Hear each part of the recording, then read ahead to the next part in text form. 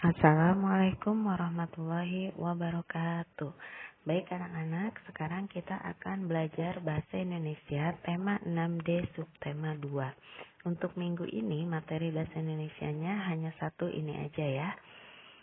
KD-nya 3.2 yaitu menggali isi teks penjelasan atau eksplanasi ilmiah yang didengar dan dibaca. Tema 6D subtema 2. Yang pertama, kita akan belajar tentang membaca teks pemakaian listrik di Indonesia dibandingkan dengan negara ASEAN. Yang kedua, mengartikan kata sulit. Yang ketiga, teks tentang mari berhemat listrik. Yang keempat, kata hubung waktu. Yang kelima, membaca teks dampak positif dan negatif globalisasi. Yang keenam, teks tentang menghemat listrik. Yang ketujuh, tentang penggunaan titik dua.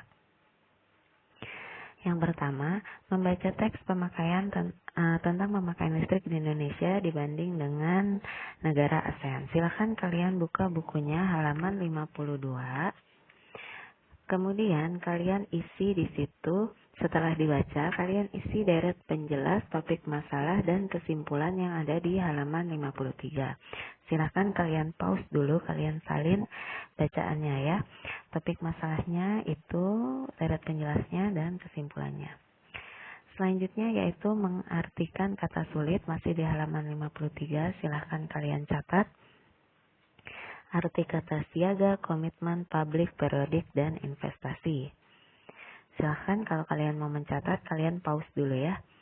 Selanjutnya yaitu membaca teks halaman 62, yaitu tentang mari berhemat listrik. Kalian baca dulu, kemudian kalian garis bawahi yang penting, kemudian kalian jawab halaman 63-nya.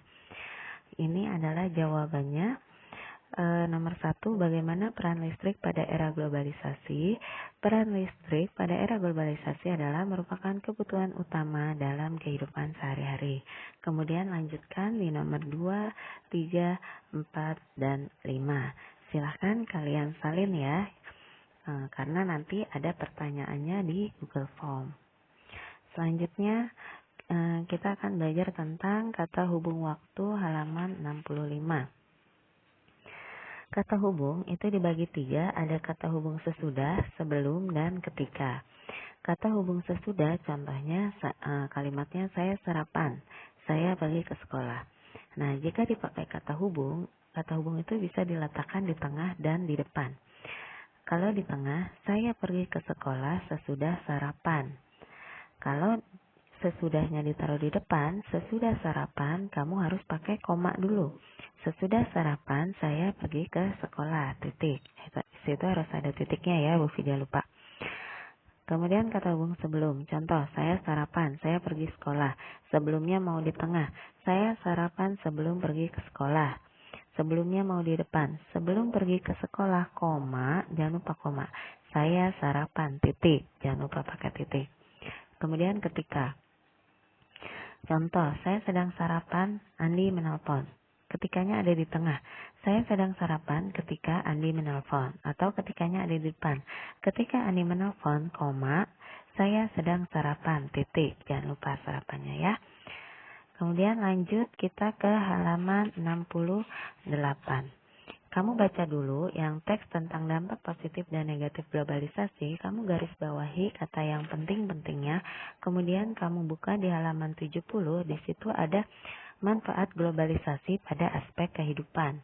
Ada aspek ekonomi, sosial, pendidikan, budaya. Di buku paket kamu sudah ada kotak-kotaknya, ini Bu Fidia kasih jawabannya, silahkan kalian salin ya. Jangan sampai enggak ya, karena ini untuk belajar kalian. Bu Fidia nggak usah baca, silahkan kalian langsung tulis. Ingat ketika mau tulis di pause dulu ya. Lanjut. Yang keenam di sini ada membaca teks tentang menghemat listrik halaman 79. Di halaman 79 ini silahkan kalian dibuka halaman 80-nya. Setelah kalian baca, kalian garis bawahi kata yang penting-pentingnya, kemudian kalian buat kalimat yang ada di halaman 80. Silakan Bu Fidia sudah buatkan kalimatnya, silakan kalian tinggal salin saja ya. Oke, lanjut. Kemudian di halaman 81-nya ada deret penjelas topik masalah dan kesimpulannya. Silakan kalian salin di sini deret penjelasnya atau topik masalahnya. Listrik adalah kebutuhan utama masyarakat ini. Kemudian deret penjelasnya silakan kalian tulis. Kemudian kesimpulannya yang ada di paragraf 4 itu silakan kalian tulis. Lanjut ya. Ada lagi yang ketujuh terakhir yaitu penggunaan titik 2 halaman 82. Nah, di sini kita belajar tentang tanda titik 2 ya. Tanda titik 2 itu dipakai untuk penulisan teks percakapan. Salah satunya ya, yang mau kita pelajari adalah tentang untuk penulisan teks percakapan. Kemudian tanda titik 2 itu diletakkan di antara nama tokoh dan kalimat percakapan. Kemudian tanda titik 2 juga berfungsi untuk menunjukkan tokoh atau pelaku yang mengucapkan percakapan tersebut. Silakan kalian bisa lihat di halaman 82. Untuk ayo berlatihnya, silakan kalian isi nomor 1.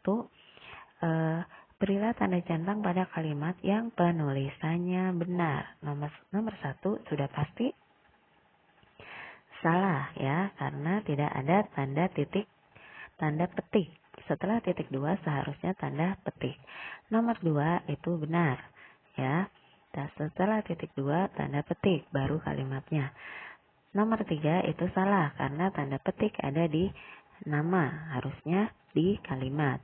Yang nomor 4 itu ada yang kurang. Tanda titik 2-nya benar, tanda petiknya benar, namun tidak ada tanda titik. Nah, ya, berarti itu salah ininya ya, tanda bacanya. Yang kelima sudah pasti salah karena tidak ada tanda petiknya. Kalian pahami ya, silakan yang Bu Fidia ucapkan ini kalian isi di halaman 82 untuk pembelajaran.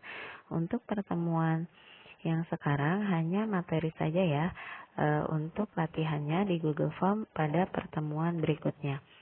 Mohon maaf Bu Fidianya ngomongnya cepat-cepat ya, karena supaya kalian tidak jenuh ya. Jadi kalian isi aja yang ada yang sudah Bu Fidia berikan. Terima kasih. Wassalamualaikum warahmatullahi wabarakatuh.